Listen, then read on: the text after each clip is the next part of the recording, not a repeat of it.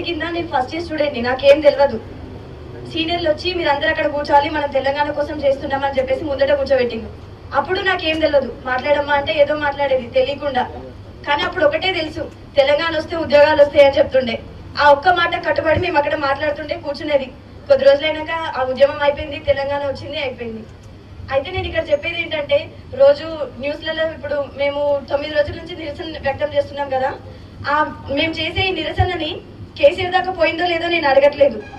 ఒకసారి నేను అడుగుతున్నా, ఓట్లు కావాలి అన్నప్పుడు మేమందరం ఓటర్స్మే. ఇప్పుడు నేను పీజీ చేస్తున్నా స్టూడెంట్, నాకు ఓటు హక్కు ఉంది, నేను వేసాను మొన్న తెలంగాణ ఎలక్షన్స్ అప్పుడు.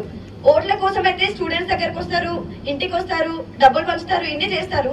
మరి మాకు ప్రాబ్లం ఇది ఉంది అంటే కేసీఆర్ గారికి తెలవడం కోసం మేము ఇలాంటి ప్రోగ్రాంలు చేయాలా? నేను అడిగేది క్వశ్చన్ అది. 9 రోజుల నుంచి ఇదే ఎండలో ఇక్కడే కొంచెం మేము చేస్తుంటే వేరే వాళ్ళు మాకు వచ్చి సపోర్ట్ చేసి చేయండి అని చెప్పేసి వేరే వాళ్ళు చెప్పేంత సిచ్యువేషన్ ఎందుకు రావాలి మన గవర్నమెంట్ లో? అదే మనం ఓట్ వేయకుండా ఉంటే వాళ్ళు అక్కడ ఉండేవాళ్ళు కాదు కదా. నేను ఇంకోటి చెప్తున్నా ఏంటంటే, మొన్న మీడియా వాళ్ళు రోజు మమ్మల్ని వచ్చి చూస్తూనే ఉన్నారు. వాళ్ళు నన్ను ఒకరోజు క్వశ్చన్ అడిగారు, మీరు ఎందుకు ఇక్కడనే ఉద్యోగాల కోసం అడుగుతున్నారు, మీకు వేరే ఫ్యూచర్ లేదా, మీకు సత్తా లేదా, చదివే సత్తా లేదా అని అడిగారు నన్ను ఒకరు. నేను చెప్తున్నా, మేము ఇక్కడ యూజీ అయిపోగానే అయిపోలేదు, పీజీ చేయొచ్చు, పిహెచ్డీ చేయొచ్చు, ఏదైనా చేసుకోవచ్చు. జాబ్ లేదు అన్నప్పుడు ఏది చేయడానికైనా రెడీ. ఎందుకంటే స్టూడెంట్ ఇటు దాకా వచ్చిందంటే వెనకడ వేయడు. కానీ మేము ఎందుకు వచ్చినాం? మిడిల్ క్లాస్ ఫ్యామిలీ ఉండి ఒక్కొక్క రూపాయి ఖర్చు పెట్టి అమ్మాయిలు, ఇక్కడ ఇంతమంది అమ్మాయిలు కూర్చొని ఉన్నారు. పేరెంట్స్ ఎందుకు పెడుతున్నారు? వాళ్ళ ఇన్వెస్ట్మెంట్ అంతా మా మీద. ఏంటి అంటే, మిడిల్ క్లాస్ ఫ్యామిలీ మనది, మనం సంపాదించుకోవాలి, ఉద్యోగం తెచ్చుకోవాలి, అలా అయితేనే మన బతుకులు బాగుపడతాయని. ఈ రోజులల్లో ఒక అమ్మాయి చదువుకుంది అంటే ఉద్యోగం వస్తే పెళ్లి కట్నం తప్పుతుంది, ఇంకా మంచి అబ్బాయి వెతుక్కోవచ్చు, ఫ్యూచర్ బాగుంటుందని ఆలోచనతో పెడుతున్నారు.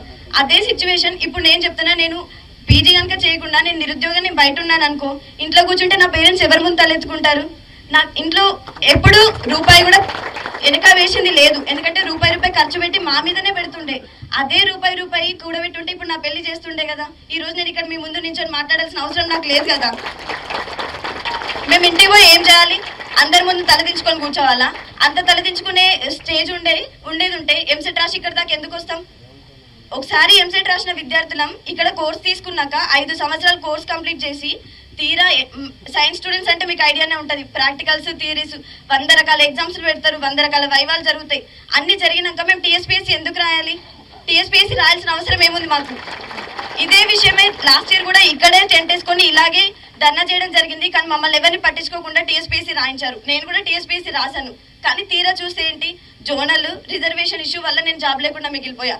అదే కాకుండా ఒకవేళ జోనల్ అనే ఇష్యూ లేకపోయింటే ఈ రోజు నేను నిరుద్యోగంగా ఉండేదాన్ని కాదు. ఇక్కడ నాకంటే తక్కువ మార్కులు వచ్చి కూడా 6th జోన్ లో జాయిన్ అయిన వాళ్ళు ఉన్నారు, 5th జోన్ లో జాబులు లేవు. మరి నేను గవర్నమెంట్ క్వశ్చన్ చేస్తున్నా, ఒకటే తెలంగాణ మనం సాధించుకున్నది, మనం తెలంగాణ బిడ్డలం అందరం ఒకటే అంటారు, మళ్ళీ అందులో జోనల్ ఎందుకు?